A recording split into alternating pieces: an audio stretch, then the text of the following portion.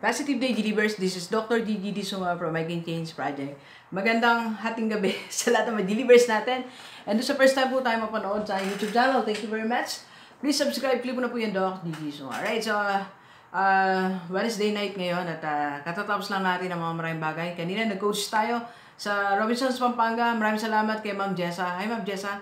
From Malaysia siya pero taga Bicol siya at ngayon umuwi siya sa Pasay. Nagbiyahe talaga si Ma'am ng mahabang oras para lang magkita kami at fan na fan ko pala si Ma'am. So mula nung simula na nag-vlog ako hanggang ngayon sinusubaybayan niya ako. Maraming salamat sa iyo Ma'am Jessa. See you here at papashare siya sa Bataan. See you Ma'am, mag-message ka lang. Alright, so paano nga ba tayo makakasurvive sa competition sa mga business natin? O doon sa mga gustong mag-start ng negosyo o meron ng existing na business, how to survive the competition in business, di ba? Alam natin na nagkalat na ang business ngayon, di ba? So kaliwat kanan, Facebook, e-commerce, lahat ng platform ng social media, meron ng business. Paglabas mo may business. So actually siguro ang tao ngayon, ito na yung time na open na lahat, almost everyone sa business, di ba? Siguro 90% ng kakilala ko madali na ang kausapin about business. So, ibig sabihin, business is everywhere. Alright? So, nagkalat ang business. Either you are offering products or you are offering services. Now, the question is, sa dami ng mga nagdinegosyo, okay, so, paano nga ba natin masusurvive ang competition? Like, if you want to start your online business, ang dami nag-online business. Franchise, ang dami nag-franchise. Go to food business, ang dami rin, sobrang dami, di ba? So, lahat na yan ay they are aspiring to, to be successful. So, lahat ng owner niyan, manager, they're doing everything. Okay? Pero may paraan para makasurvive. To survive that business. Sabi nga, you just get a share, di ba? Kung wala naman share ng market, ng clients, di ba, sa mga existing business. Okay? So, paano nga ba yun? Okay? So, there are 4 ways to survive your business para magtagumpay yung negosyo. Okay?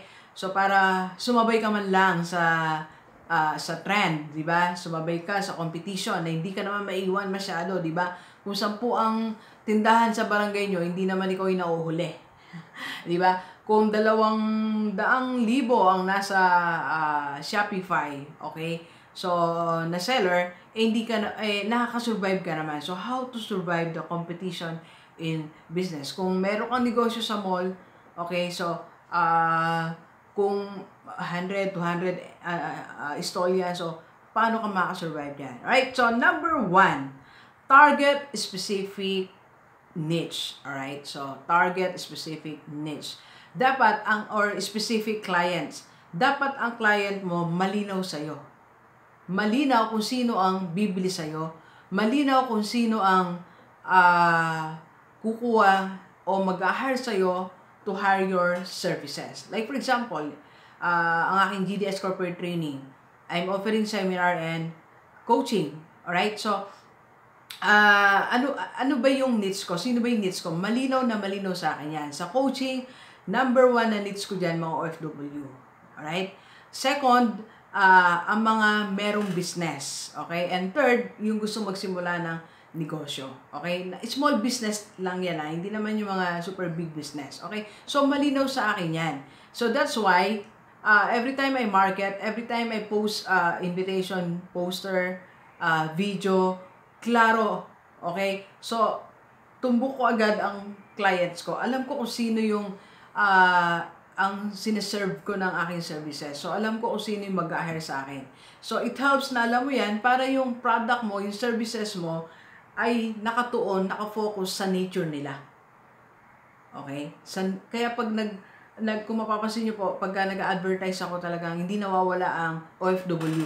Kasi isa sila sa mga clients ko. Major clients actually when it comes to coaching, lalo online coaching. Alright? So, kagaya this week, siguro may 3 tayo ngayon na online coaching. Alright? So, alam mo dapat ang target mo. Kung ang target mo, estudyante, alamin mo, pag alam mo kasi estudyante ang target mo, so meron kang food cart, alam mo, estudyante nasa paligid mo, estudyante ang target mo, so, anong gagawin mo? Hindi mag-offer ka ng mga frap, mango frap, Graham, with Graham ba yun? Di ba? So, you should know your niche. Alam mo dapat kung sinong target mo. Wag yung, hindi na uso yung suntok sa buwan eh. Kung sino na po makabasa, Dok.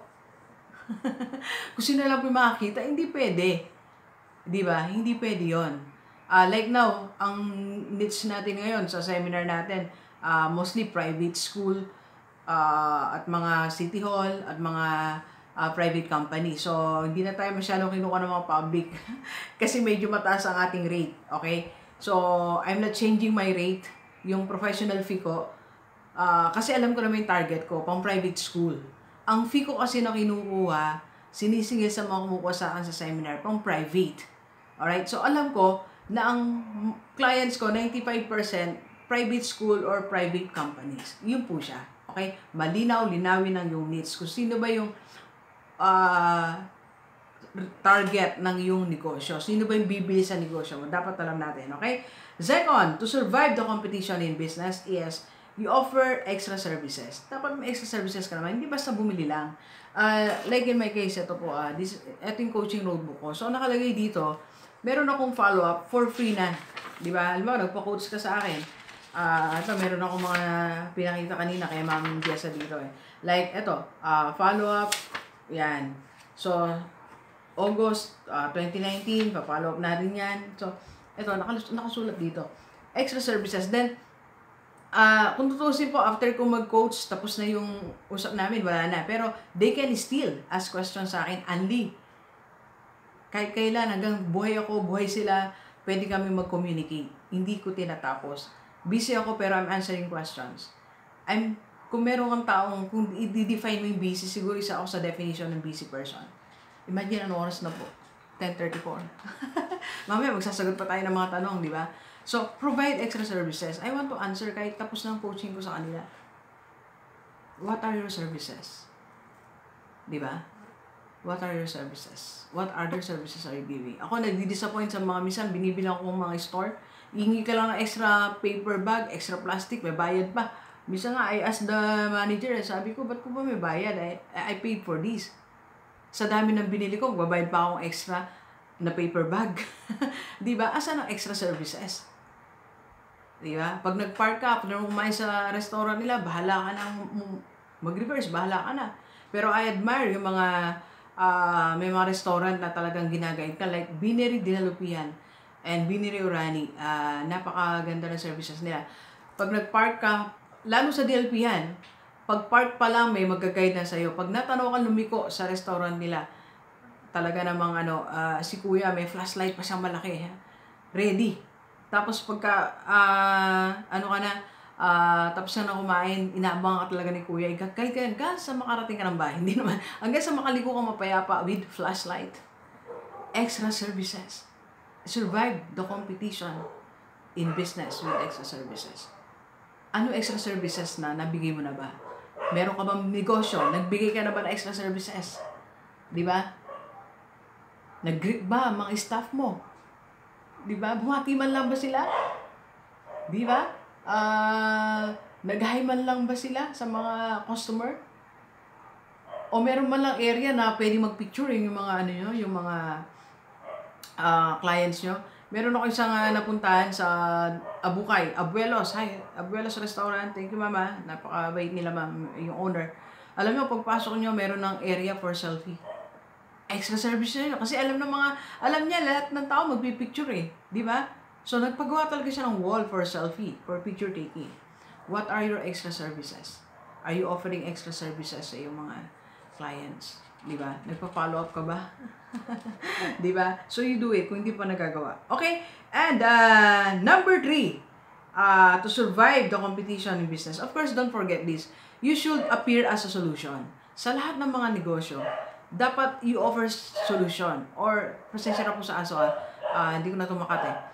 Offer solution or you appear as a solution. Bakit tayo hindi nawawala ng clients? Personal or online coaching? Kasi, ang tingin nila sa akin is a solution sa kanilang financial problem. Kaya ang pangalan ko po, Wealth Coach. If you want to be wealthy, if you want to be rich, I can be your coach. If you want to start your business, pwede ko kayong i-coach. So, you are offering solutions. Kaya yung mga OFW, mahal ko niyan eh. Sa lahat ng mga nagmamahal ng OFW, pakiganon nga po kayo. Thumbs up. Diba? Sabihin niyo po, I love you, Doc G. So, marami nagpapala sa OFW. Kasi, I'm helping them in a way na how to start their own investment, how to start saving money, how to start planning for the future. Na marami nagtestify sa atin na mula nung napanood nila yung vlog natin, yung mga YouTube videos natin, nagsimula na sila magplano sa kanilang future. Di ba? So, you are offering solutions. So, tingin nila sa akin talaga, tuwing manonood sila ng vlog, may solution akong dala. At pinangangatawa natin yon. Pinangangatawanan po. So, kaya, ang ginagawa ko po, ganito po, sa lahat ng vlog ko, dapat merong solution akong sinasabi. Kagaya ito, sa lahat ng mga nagdinegosyo na delivers ko, ang solution, ino-offer ko ngayon, paano makasurvive sa competition. Okay? So, sa lahat ng mga mag-i-start, magnegosyo, o may existing business, don't forget, okay, to offer solution. Ang marketplace may problema. So, dapat ang negosyo mo, okay, sumagot siya sa problema ng mga school, ng mga company, ng mga estudyante, ng mga empleyado sa paligid mo.